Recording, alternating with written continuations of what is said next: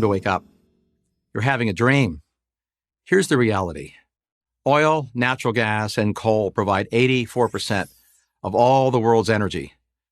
That's down just 2 percentage points from 20 years ago.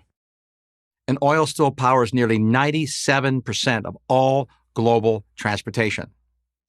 Contrary to headlines claiming that we're rapidly transitioning away from fossil fuels, it's just not happening.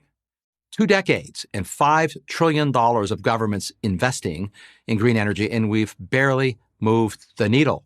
This was supposed to be easy. Why is it so hard? In a word, rocks. To get the same amount of energy from solar and wind that we now get from fossil fuels, we're going to have to massively increase mining by more than 1,000%. This isn't speculation, this is physics. Copper, iron ore, silicon, nickel, chromium, zinc, cobalt, lithium, graphite, and rare earth metals like neodymium. We need them all. And then those metals and materials have to be turned into motors, turbine blades, solar panels, batteries, and hundreds of other industrial components. That also takes lots of energy, which requires even more mining. As the World Bank study put it, these green technologies are in fact significantly more material intensive than our current energy mix. That may be the understatement of the century. Raw materials account for 50 to 70% of the costs to manufacture both solar panels and batteries. Until now, it hasn't really mattered that much because wind and solar still account for only a few percentage points of the global energy supply. They're an applause line for environmentalists, not a major energy player, and it's unlikely they will be in the foreseeable future. But for the sake of argument, let's say we sharply ramp up mining. Where would these new mines be located? Well, for one, China. That country is today the single largest source of most of our critical energy materials. The United States is not only a minor player, but is dependent on imports for 100% of 17 critical minerals. Do we want to give China more political and economic leverage?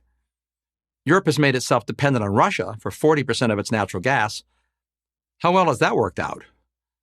Ironically, we have all the minerals we need right here in North America. But good luck trying to get them out of the ground. Proposals to build mines in the United States and increasingly almost everywhere else meet fierce opposition, if not outright bans. To give just one example, in 2022, the Biden administration canceled a proposed copper and nickel mine in northern Minnesota. This was after years of delays navigating a maze of environmental regulations.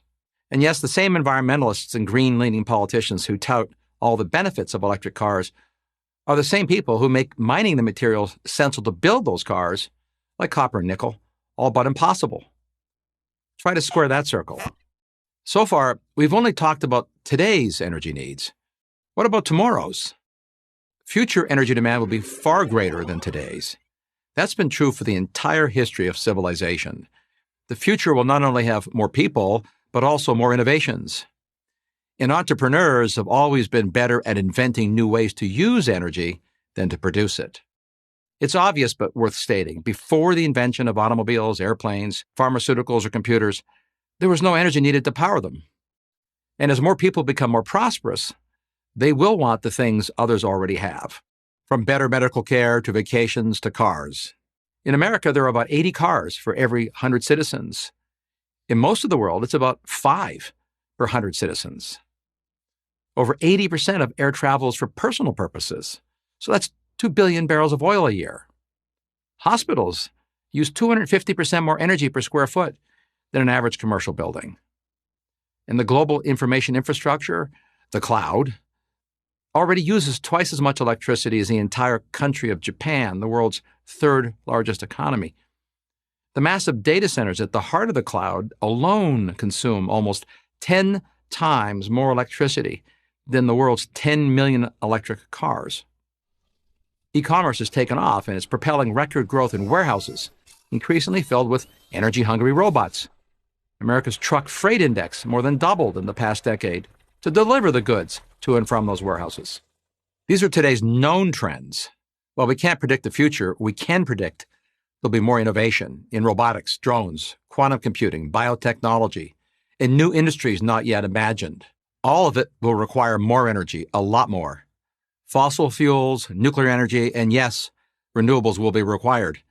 But if you think we could get it all from wind and solar, dream on. I'm Mark Mills, Senior Fellow at the Manhattan Institute for Prager University.